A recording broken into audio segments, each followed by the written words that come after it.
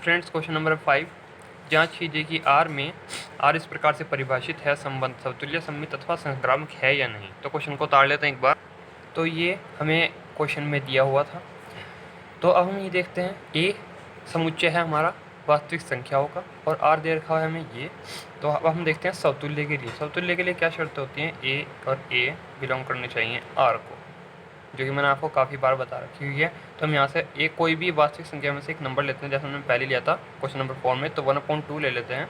तो 1/2 में हम यहाँ पर इसका रख कर देखेंगे। तो 1/2 का जब हम होल क्यूब करेंगे तो क्या आएगा हमारे पास?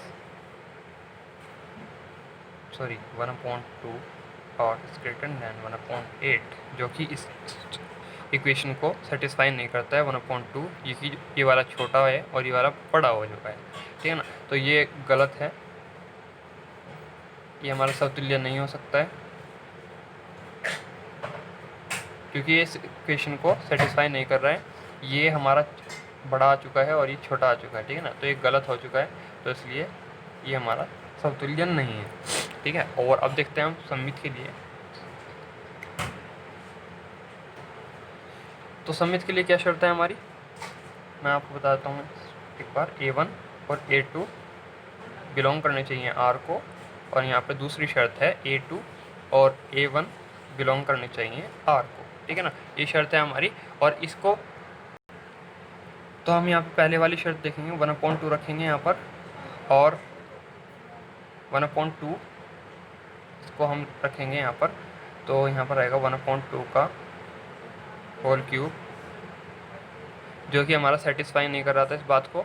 और ये हमारी जो थी, ये A1 A2 वाली थी, वो गलत हो चुकी है, क्योंकि ये हमने यहाँ पर रखा देखा था 1/2 और 1/8 आया था। तो ये 1/2 और 1/8 वाला जो है हमारा सेटिस्फाई नहीं करता है, मतलब बिलोंग नहीं करता है आर को। ये वाला पहले वाला बिलोंग नहीं करता है आर को, ठीक है ना। तो इसलिए ये हमारा जब पहले वाला ही नहीं करता है, तो दूसरे वाला क्या करेगा? तो हमें एक वजह चाहिए बताने के लिए कि क्यों सममित नहीं है। तो हमारा पहले वाला सेटिस्फाई नहीं कर रहा है इस बात को, जो हमारे आर में दे रखा हुआ है, ठीक है ना। तो इसलिए ये हमारा सममित भी नहीं होगा, ठीक है ना। समझ गए होंगे आप, सिंपल सी बात है, क्योंकि हमारा जब पहले वाला ही नहीं कर रहा है सेटिस्फाई, तो दूसरे वाला क्या करेगा? तो इसलिए पहले वाले से ही हम बता सकते हैं, क्योंकि ये सममित नहीं है, ठीक है ना। क्योंकि हमने यहाँ पर पहले देखा है 1/2 वाला और 1/8 वाला, ठीक है ना। तो ये हमारा सेटिस्फाई नहीं करता है इस बात को। अब हम देखते हैं क्वेश्चन नंबर, सॉरी संक्रामक के लिए देखते हैं। अभी हमारा एक रह चुका है, संक्रामक के लिए देखते हैं। तो संक्रामक के लिए हम कोई भी 2 नंबर ले लेते हैं अलग से। इस बार हमें 3 नंबर लेने पड़ेंगे ना, तो पहले कोई 2 नंबर ले लेते हैं। तो हमें यहाँ पर देखते हैं 3 और 1.5 ले लेते हैं, क्योंकि इसका आधा हो जाएगा। तो इसका होल क्यूब करते हैं, 3 का होल क्यूब 3 और 1.5 का होल क्यूब करते हैं, तो इससे बड़ा आएगा, और ये बात सत्य है, ठीक है ना। तो क्या आ गया हमारा 3 और 1.5 जो है वो बिलोंग करते हैं हमें आर को। ये वाला हमारा सत्य हो गया। और दूसरी बात जो है वो देखते हैं, A2 और A3, ये A1 A2 हो गया, वो सेटिस्फाई करता है आर को। और A2 A3 देखते हैं, A2 और A3 बिलोंग करते हैं आर को या नहीं, ठीक है ना। उसके लिए हम देखते हैं, हमें तीसरा नंबर लेना पड़ेगा। A3 आ गया आपकी बार इसमें, तो तीसरा नंबर क्या लेते हैं हम यहाँ पर? इन दोनों का बीच का नंबर लेते हैं, जो हो जाएगा 1.2, ठीक है ना। तो अब इसमें रखते देखते हैं हम, तो दोनों के बीच का नंबर ले लेते हैं हम यहाँ पर, सॉरी यहाँ ले लेते हैं हमने 1.5 और 1.2, ठीक है ना। तो अब हम इसको होल क्यूब करेंगे, तो 1.5 ग्रेटर देन 1.2 का होल क्यूब, ठीक है, जो कि यहाँ पर हमारा सेटिस्फाई कर रहा है अच्छी तरीके से। जब हम 1.2 का होल क्यूब करेंगे तो ये बड़ा आएगा, और ये हमारा सेटिस्फाई करता है। यहाँ पर लिख सकते हैं हम 1.5 और 1.2 बिलोंग करते हैं आर को। अब देखते हैं लास्ट A1 और A3 और A3 सेटिस्फाई करता है या नहीं, ठीक है ना। ये तीसरी शर्त है इसकी संक्रामक की। तो A1 A3 क्या, A1 था हमारा 3 और A3 था हमारा 1.2, ठीक है ना। तो यहाँ पर देखते हैं ये दोनों बिलोंग करते हैं आर को या नहीं।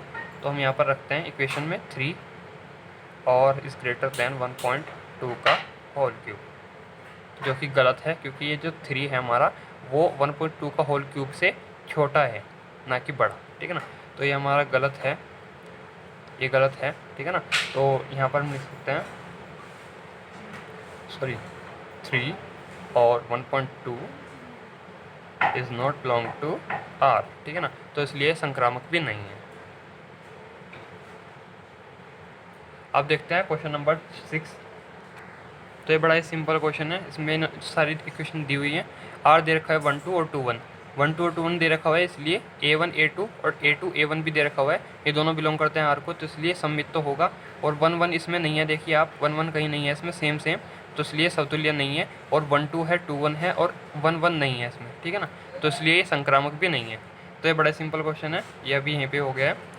तो सिद्ध कीजिए, 7वां क्वेश्चन देखते हैं। सिद्ध कीजिए कि किसी कॉलेज के पुस्तकालय की समस्त पुस्तकों के समुच्चय ए में R ये इस प्रकार से परिभाषित है, यानी x तथा y में पेजों की संख्या समान है, ठीक है ना, द्वारा प्रदत्त संबंध R एक तुल्यता संबंध है। तुल्यता का मतलब है कि समतुल्य, सममित तथा संक्रामक तीनों होने चाहिए, ठीक है ना। तो देखते हैं इसको। तो A था हमारा समस्त पुस्तकें और R था हमारा x तथा y में पेजों की संख्या समान है, ठीक है ना। तो अब हम देखते हैं क्वेश्चन समतुल्य के मुताबिक। तो समतुल्य में क्या होगा, हमारा जो पेजों की संख्या होगी वो समान होनी चाहिए दोनों में, ठीक है ना। तो हम देखते हैं, जैसे हमने A ले लिया है, पुस्तक A और दूसरी पुस्तक है A, ठीक है ना, तो उसमें देखते हैं पेजों की संख्या समान है या नहीं, ठीक है। इसमें दे रखा हुआ है फ्रेंड्स, x तथा y में पेजों की संख्या समान है, मतलब दोनों पुस्तकों में पेजों की संख्या समान है, तो इसलिए ये समतुल्य है, ठीक है ना। तो अब देखते हैं सममित के लिए। तो सममित के लिए क्या देखेंगे हम, सिंपल है, A1 और A2, ठीक है ना। A1 और A2 में देखते हैं बिलोंग करना चाहिए R को, और A2 और A1 है वो भी बिलोंग करना चाहिए R को, ठीक है। तो यहाँ पर देखते हैं हमारा जो XY है, मतलब A1 A2 है, उसमें तो पेजों की संख्या समान है। अगर हम इनको दोनों को पलट दें, A की जगह A1 एक जगह A2 कर दें और A2 की जगह A1 कर दें, तो तब भी पेजों की संख्या समान रहेगी या नहीं, ठीक है ना, समान रहेगी, क्योंकि हमने सिर्फ बुक को बदला है, पेजों को नहीं, ठीक है ना। तो यहाँ पर हमारा समतुल्य भी होगा, ठीक है ना, समतुल्य है, ये हम लिख सकते हैं। आप सममित के लिए देख सकते, वो संक्रामक के लिए देख सकते हैं, जो कि बहुत आसान है। तो हमारा देखते हैं हम A1 और A2 के लिए देखते हैं कि ये हमारा बिलोंग करता है R को या नहीं। तो ये सत्य है, x तथा y दोनों बिलोंग करते हैं हमारा दोनों में पेजों की संख्या समान है, तो A1 A2 में पेजों की संख्या समान होंगी। और अब हमारे देखते हैं A2 और A3 में, A2 और A3 में देखते हैं पेजों की संख्या समान है या नहीं। तो यहाँ पर सिर्फ बुक चेंज है और ये नहीं चेंज है, ठीक है ना, सिर्फ दो बुकों का पैटर्न दे रखा है ना। तो यहाँ पर A2 A3 कर दिया हमने, एक बुक चेंज कर दिया इसमें से, तो हमारी हो गई है पेजों की संख्या समान, क्योंकि दो बुक में पेजों की संख्या समान है, x तथा y। कोई भी बुक ले लीजिए आप, दोनों में पेजों की संख्या समान बताई हुई है, तो ये हमारा सिद्ध करता है इस बात को। और तो हमारा A1 A3 देखते हैं, इसके करता है बिलोंग R को या नहीं। देखिए बिल्कुल करता है, क्योंकि x तथा y में पेजों की संख्या समान है, तो A1 A3 में पेजों की संख्या समान होगी, तो इसलिए ये संक्रामक भी है, ठीक है ना। तो इस तरह से हमारा सिद्ध हुआ कि ये तुल्यता संबंध है, ठीक है ना। अब एक और हमारा क्वेश्चन है आगे, कि उसमें आपको अच्छी तरीके समझ में आएगा तुल्यता संबंध क्या होता है। तो ये क्वेश्चन है हमारा क्वेश्चन नंबर 8। सिद्ध कीजिए कि A समुच्चय A में R इस प्रकार से परिभाषित है, द्वारा प्रदत्त संबंध R एक तुल्यता संबंध है, प्रमाणित कीजिए कि 135 के सभी अवयव एक दूसरे से संबंधित है।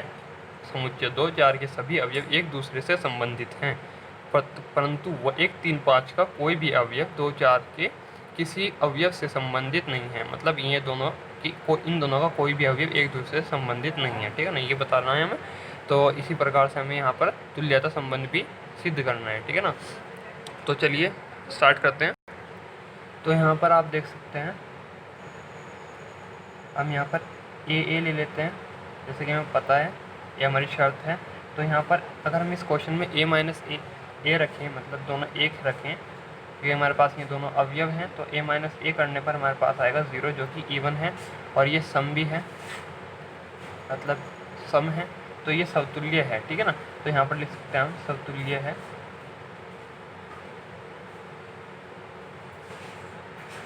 ठीक है। अब देखते हैं 2 4,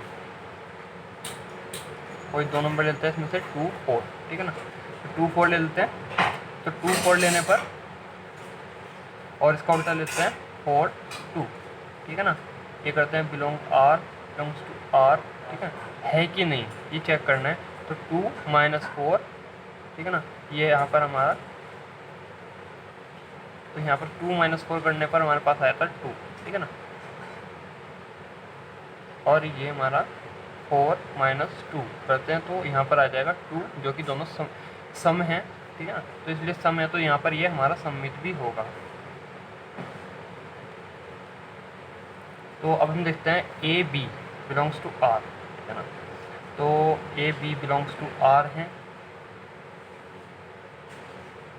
क्योंकि ए माइनस बी जो सॉल्व करेंगे तो हमारा सम आएगा, जो कि हम लिख सकते हैं यहाँ पर सम। और अगर हम बी सी देखते हैं वो बिलोंग करता है आर को या नहीं, तो वो बिलोंग करेगा आर को, क्योंकि B minus C is equal to sum, ठीक है। और अब हम देखते हैं इन दोनों का लेकर के, तो A minus B plus B minus C, क्यों? क्योंकि जब हम यहाँ से स्पॉन को हटाएंगे तो यहाँ पर आएगा हमारा प्लस, ठीक है ना, तो हम इसको ऐड करते हैं, तो ऐड करने पर हमारा ये दोनों कट जाएंगे और यहाँ पर ए माइनस सी आ जाएगा, जो कि हम यहाँ पर देखते हैं ए माइनस सी आएगा, जो कि इवन है, यानी सम है, सॉरी, इसलिए ये संक्रामक भी है, ठीक है। अब देखते हैं इसमें इन्होंने बताया था 1, 3, 5 के सभी अवयव एक दूसरे से संबंधित है या नहीं, ठीक है ना, तो 1, 3, 5 के देखते हैं एक दूसरे से संबंधित हैं या नहीं, तो यहाँ पर देखते हैं 1 माइनस 3 इज इक्वल टू 2, तो ये सम है, ठीक है ना, पहला वाला तो सिद्ध हो गया, और 3 माइनस 5 ये भी 2 आएगा, ठीक है ना, तो ये भी सम है। और हम देखते हैं 1 माइनस 5, ठीक है ना, तो ये देखते हैं ये भी 4 आएगा, ठीक है, तो ये भी हमारा सम है। तो इसलिए ये तीनों के तीनों सम हैं, तो ये एक दूसरे से संबंधित है, हम कह सकते हैं एक दूसरे से संबंधित है, क्योंकि ये तीनों के तीनों सम हैं। तो ये हमारा पहले वाला सिद्ध हो चुका है। अब 2, 4 के लिए देखते हैं, क्योंकि इन्होंने कहा था कि 2, 4 में के सभी अवयव एक दूसरे से संबंधित है, वो बताओ। तो 2, 4 के देखते हैं, 2, 4 के संबंधित है या नहीं, तो यहीं पे कर लेते हैं, 2 माइनस 4 इज इक्वल टू 2, ये भी सम है, इसलिए ये इसके भी एक अवयव एक दूसरे से संबंधित हैं, ठीक है ना। तो अब हम देखते हैं 2, 4 के अवयव एक दूसरे से संबंधित हैं या नहीं, ठीक है ना, सॉरी 2, 4 और 1, 3, 5 की अवयव एक दूसरे से संबंधित है या नहीं, ठीक है ना। तो यहाँ पर 1, 3, 5 के अवयव और 2, 4 के अवयव एक दूसरे से संबंधित है या नहीं, मैं कहना चाह रहा था फ्रेंड्स, तो आपको समझ आ गया नहीं, तो 1 माइनस 2 लेते हैं, तो 1 माइनस 2 लेने पर यहाँ पर हमारे पास 1 आता है, ठीक है ना, और 1 माइनस 4। अब हमें सम विषम नहीं देखना है यहाँ पर, अब हम देखना है कि एक दूसरे से संबंधित हैं कि नहीं, ठीक है ना, तो यहाँ पर आता है 3, तो 2 माइनस 3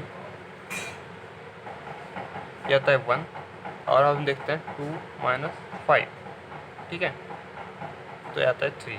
तो देख लीजिए इसका कोई भी अवयव एक दूसरे से संबंधित नहीं है, क्योंकि इसके अवयव अलग अलग आ रहे हैं, तो इसके अवयव भी अलग अलग आ रहे हैं, ठीक है ना, तो कोई भी अवयव मैच नहीं हो रहा, 2, 4 यहाँ पर नहीं है कोई भी, और 1, 3, 5 पूरा अवयव नहीं है यहाँ पर, तो इसलिए एक दूसरे से संबंधित नहीं है। तो आप यहाँ पे नीचे लिख सकते हैं 1, 3, 5 और 2, 4 के का कोई भी अवयव एक दूसरे से संबंधित नहीं है। तो यहाँ पर इस क्वेश्चन का एंड हो जाता है। तो अब नेक्स्ट क्वेश्चन देखते हैं।